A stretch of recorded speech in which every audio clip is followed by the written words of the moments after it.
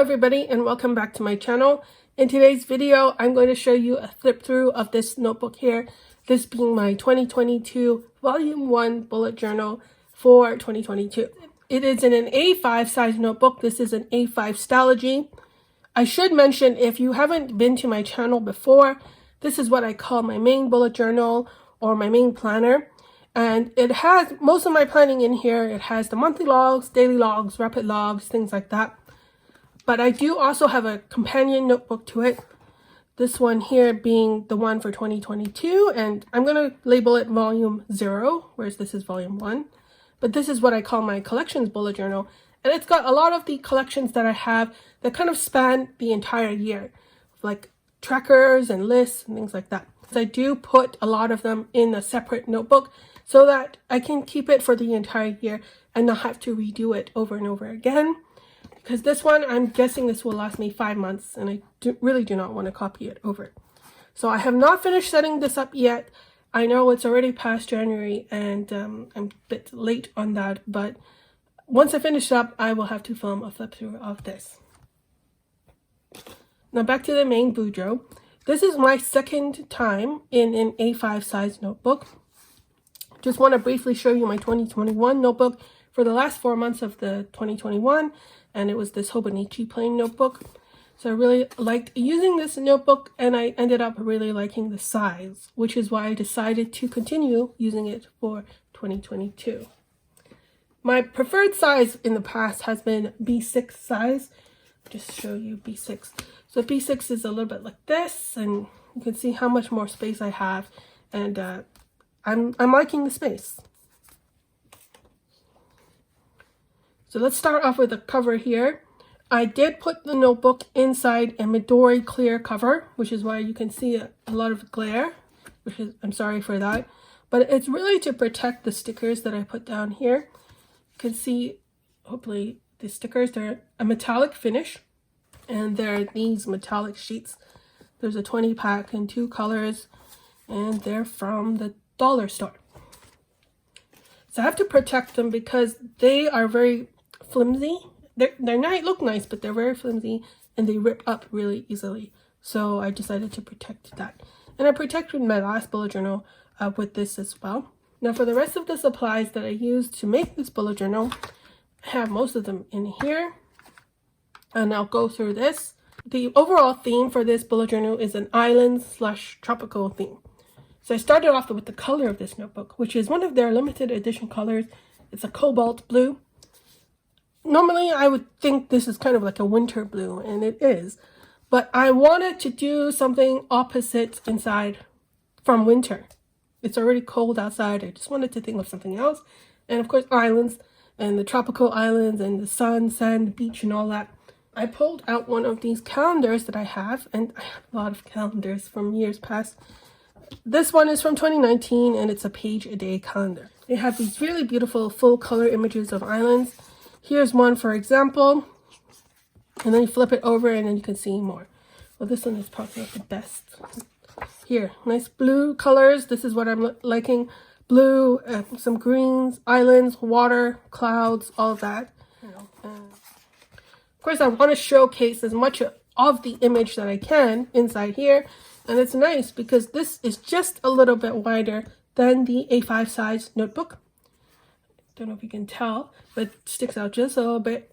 So all I had to do is trim off a little of on the side, and then I could use most of the image inside my bullet journal. My other supplies that I use is a writing board or a grid guide.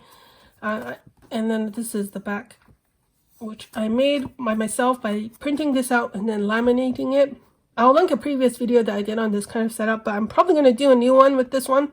Now for the rest of the supplies, I have a stamp here. This is from Note 4, and it's their wave stamp. I was just thinking waves like water, beach, so on. And then these are the stamp inks that I use to stamp this onto the pages. This is Sea Breeze, this is Turquoise Gem, and this is Aquatic Splash. And these are the Versa Magic chalk inks, which work really nicely on this paper. They didn't bleed through or anything. So for the pens here, I have 2 markers, Crayola Super Tips, which I use for drawing and also highlighting. This is the Sakura Pigma Micron Pen in the PN nib tip. I use this for drawing the outlines and stuff. And same with this. This is a Uni Emote fine liner in the color, I think it's turquoise. It's the number 71. You can see the kind of theme that I'm going for with these pens. Lastly, I have a fountain pen, which is just where I write my notes with. This one happens to be the TWSBI Diamond 580 ALR. Hopefully I got that right, such a long name. It's in the Prussian blue color, and I just got some black ink. This one happens to be the Atramentis Document Black. This sticker here is a doodle of myself. I've been drawing it for a long time on paper, but then finally I decided to kind of digitize it and make it into a sticker. I do have my own silhouette cutting machine, so I was able to do that myself. And then this is 2022 volume 1. So we flip open the notebook or the bullet journal, and we get into what I call my inbox. So here we have a metallic sticker again. This is just a negative of what was in the front. And then I put my name here in metallic stickers just because I could in the top. And then there's a piece of cardstock here, which I washi down with washi tape. I didn't mention that. This is the it's from Simply Gilded. This is where I put my sticky notes in the front of my notebook, so I always know where they are. I do make my own sticky notes by following a tutorial from Dakshina a while back. These ones, this is like a to-do type of sticky note list, and then this is lined. And you can see these little icons here. They're all sort of beach, island themed, mountain themed as well. Whoops. And I didn't draw these. I got them from flaticon.com, which I'll link later. And then you flip through to that. So on the other side of the cardstock, more sticky notes. So this is the first year that I've done this cardstock taped into the front. I just wanted more space to put sticky notes. Although I'm not sure, maybe I'll just use these sticky notes and never refer to these sticky notes, but I wanted more space. I made all these sticky notes. These again are images from flaticon.com. This is sort of the theme of the notebook. It's a lot of turquoise now. Not quite blue like this. At first I picked out the images that I liked, and I was going to just do it randomly, but a story kind of ended up emerging. So most of the images in here kind of follow a story. This is not a very interesting story, but there is a story nonetheless. But we have the key here on the left. These are the typical bullet journal signifiers. These are my own kind of custom signifiers. This is a color code for the different bullet journals that I can kind of cross-reference between notebooks. So on this side, we have 2022, and we have January 1st start date, even though I didn't actually start this notebook until January 5th, since I was still setting it up on January 1st. And probably I'm going to write down volume 1 here at some point. I tried to frame the images, at least this one and this one, with washi tape. And I picked a turquoise washi tape, so it kind of matches. But you can see that there's no washi tape along the side because I ran out. It was unfortunate that I ran out, but what can you do? I couldn't go out and buy another one. So I ended up using something else, including the Simply Gilded washi tape, which doesn't match. You can see it doesn't match, but that was the closest thing I had. And I had another alternative, which I'll show you later. Now let's get to this side. This is a little grid kind of table that I printed out on a piece of tracing paper and just glued down. Now I did use tracing paper because I didn't want to cover up this image. This, by the way, is Ha Long Bay, Vietnam, which I have I visited in real life. So I really wanted that here. So this is a little table that allows me to divide the notebook into different sizes or different sections, equally sized. And then I have the number here and how much is left over. So I know a lot of people do a grid guide on the left side of their bullet journal. I mean, Amanda Rachel is probably the inspiration for me for doing this, although it's completely different now, but that was my original inspiration. They kind of draw it out on the page, but I don't really like that. It doesn't really work for me, and this kind of table does work for me, so that's what I've been doing. And then it kind of goes together with this grid guide. I did stick a sticker down here. This is from Square Line Designs, and it's one of their positive thought stickers. And then in the background, by the way, you can see the stamps here. It's kind of subtle, the stamps, the wave stamp that I used. And it's just to add a little bit of decoration to the background of the pages. And I alternate between the 3 different stamp colors that I showed you earlier. Now we get to the index. For the index, I just kind of left a lot of space to write all the contents of my bullet journal. And then on the kind of 2/3 mark of the page, I drew a line down here so I can put my spread name on the left and then the page number on the right. And this is the second page of the index. Now for the images, I basically cut it into 3, and then I put the top half or the top third on the top because it's just clouds, and then the bottom part is the kind of main focus of the image, and I stuck them here just so you could see the image, but not take up so much space on the page. And the stickers here, all of these I stuck down as I have a cutting machine. I made the sticker and cut it down. And I kind of used the Crayola Super Tips from before to color the sticker so they would kind of match.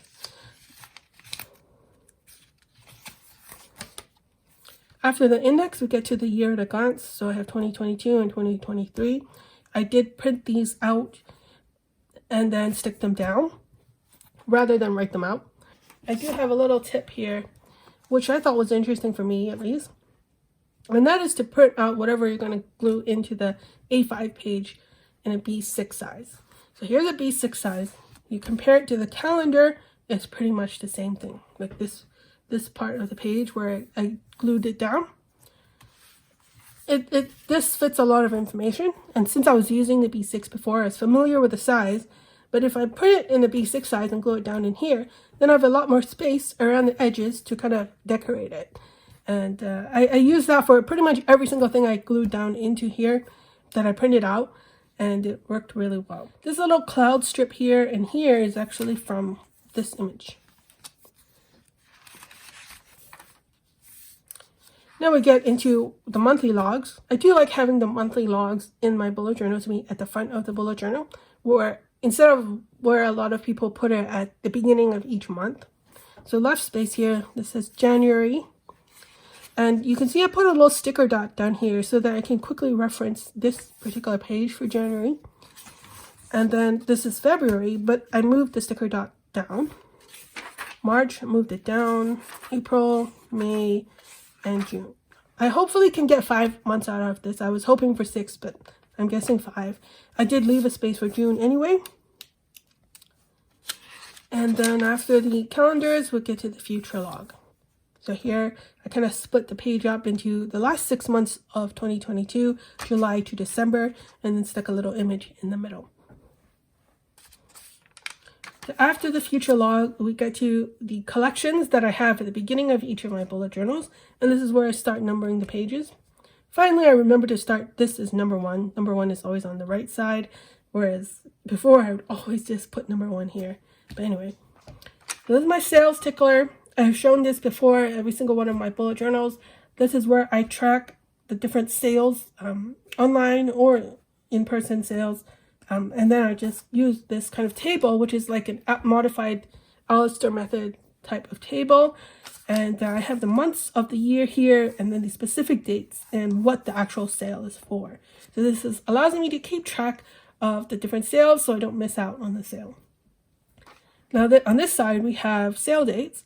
And I have here what's like a perpetual calendar of sorts, where I write down for every month of the year what sales that I'm expecting. So this time around for this bullet journal, I felt I didn't have enough space. So I did take a piece of paper and tip it in. You can see that where I used the washi to tip it in. And this is for the first 6 months of the year, January to June. And then when you flip it over, oh, I forgot to write this. But I'm going to put down the sale dates for July to December. And then Black Friday would be in November. Then on the bottom here, I will write down the different coupon codes, the different shops that I get. And I do really like this spread It's been the same for a long time because I can see everything at a glance, even though I'm realizing that I'm starting to run out of space, especially when it comes to sale dates and even coupon codes. After this page, you get to a more decorative page. This is the paper sizes. So it's a reference for the different paper sizes that I use and the measurements of them in centimeters and inches. And I typed this up before, and I really do reference this a lot. Maybe not every single line, but I do reference this a lot. And then on the side, since it's blank, I decided to take out something I used before and leave this blank. And that was perfect opportunity to put in a image. And now you see I've kind of framed the image. Now, instead of using washi tape, which I didn't have, or this washi tape that didn't match, I decided to use those metallic sheets that I used for the stickers, and I think it looks pretty good. So after this, we get to my kind of so I want to buy something page, which I call my either this or my talk me out of page. And this is kind of like a little checklist that I go through whenever I want to buy something. And I just go and I ask myself, well, why am I buying this thing? How is it going to add to my collection? And it's just a way for me to make sure that what I'm buying is something that I really want. And I always pair this with my wish list, which is on the other side. And now we have this image here, also lined in the metallic sticker, and it's a tip-in. So I tipped it in, and this is the back. I did tip it in instead of gluing it down, first of all, because I like these two together. And also, I like these two images. So this is the front of the image, and this is the back of the image. And they're both pretty similar. There's a boat on the beach, just looking out. So on the flip side is my wish list. So anything that I might want to buy, I will put it in my wish list. And I have a little reference column here so that I can write down a reference to any research or notes I made on that wish list item in the rest of my bullet journal. And once it's on my wish list, then I kind of go through each item on the wish list and ask these questions. If I still want to buy it, then I'll buy it. That's the way it's supposed to work. And since I referenced these two pages a lot, then that's why I tipped it into here. This is my planning routine. I just write down what I should be doing every day, in the morning, in the evening, every week, and every month. After the planning routine page, we get to my planner notes page. And this is where I just jot down my notes on using this planner. And it's more of like the reflections from this part, like what worked, what didn't work, what are the type of things I noticed while I was using this bullet journal. Usually I start off with what kind of new things that I'm doing in this planner that was different from the last planner, and will I like doing those new things? And then later on, when I'm ready to move out of this notebook, then I'll come back and I'll write down what I thought about it. So some of the things that I have here I mentioned already, like the metallic stickers on the notebook cover, since they're very kind of flimsy, will they start peeling off? And I'm guessing if I keep them in the cover, they won't. Things like that. And then I do have a lot of space here for more planner notes. I'll do almost like a journal style where I'll write down the date, and then I'll write down what I thought about the planner on that date. So here we have more space for more planner notes. I had a leftover image of this fish. These are called rainbow butterfly fish or something. And I just decided to stick it down here and make it look like I stuck it with tape. And where's the other end of this? Yeah, I just didn't want to waste this image here. You can see that it's all from the same image. And then this is a little sticker. Once again, it's from Square Lime Designs. After the planner notes, we get to the migration notes. This is a little checklist of what I'm going to do every time I move from a new bullet journal notebook to a new one. And I finally decided to type it up, and this was the result. So, and then on this side, I also typed this up. And it's a little table where I can write down all the different collections that I have and whether or not I want to migrate them to the new bullet journal. What is the status of me doing that? And page reference, number of pages, and order, as in the order in which I'll lay them out in the new bullet journal. So I've been always doing this by hand, and it was just getting kind of tiring, so I decided to type it up. we have more space for more migration notes, like to-do lists, things that I want to do specifically when I'm migrating.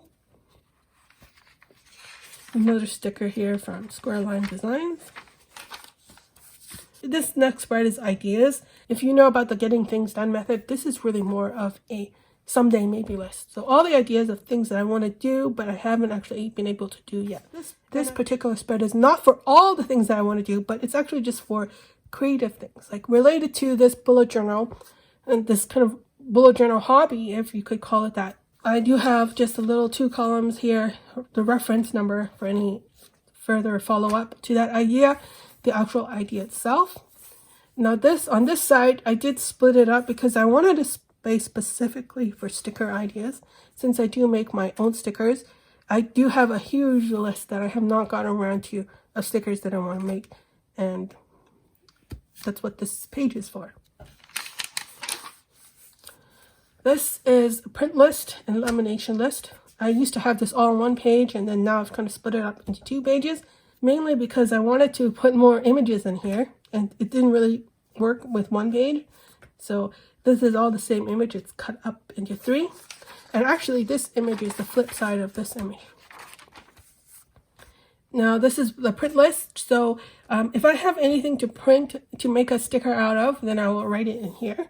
And I do that because I want to build up a list of things that I want to print before I actually go and print them.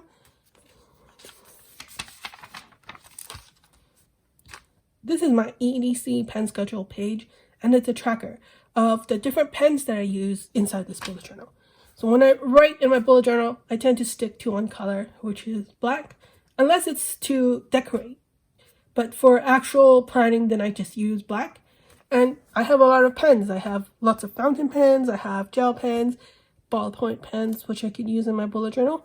And I just kind of like to rotate them through them. And I want to document exactly which pens I'm using so that I can make sure that I rotate through them. And so this little sticky note here is kind of like I wrote down pen Q here. So I remind myself, oh, I have these pens which I want to write with. And so once I finish using up the pen that I'm currently using, then I might switch to one of these. So these are collection pages for my parents, for my dad and my mom. I did leave this rather blank. There's not much to say about this. Finally, we get to the end of this setup here, and it's called About This Bullet Journal. So for every single spread that I have where I glued down or tipped in an image from the calendar, I decided to write down what the image is of. So that's just, for me, it's lots of fun to kind of flip through and see where those images come from, especially maybe I want to visit them in the future. So here, I've also tipped in one more last calendar page, and you have the front and the back. You can see that this one, I couldn't cut it off without cutting off this part, so I left it here. Most of the islands here are tropical islands near the equator, things like in Asia or in the Caribbean. I think the only one that's not is this particular one, and this is in England, which is definitely not tropical, but it's a beautiful image. Now on this side, we have just a little bit of fun where I try to figure out where in the notebook I am. Here I wrote down the page number where I will hit that specific progress mark. If I go to the halfway point of the notebook, then I would be on page 158. Now, I have another number here, which is 184, because that's really the 184th page of the notebook, but I numbered it differently, so it's really page 158 if I were to look at the page number on the bottom of each page. So hopefully that makes sense. I mean, it's going to make sense to me at least, so that's all that matters, right? And then I did a little progress thing here. You have 25%, 55%, 50%, 75%, and then hopefully 100%. And then I will write down the date that I reached this part of the notebook. One more thing is that in each point of the notebook here, I'm going to tip in one of these images. So I did pull out these for that purpose. So we have 25%, 50%, 75%, and 100%. And for example, if I'm going 25% at page 66, I did number it so that I would get to page 66. Oops. Or here's page 65. and page 66. And so what I'm going to do is I'm going to cut off the top here and then tip it in. Just so it kind of ties the whole notebook together, especially since my bullet journal themes for each month don't tie in with this tropical theme. That's my kind of theme for the Tiffins.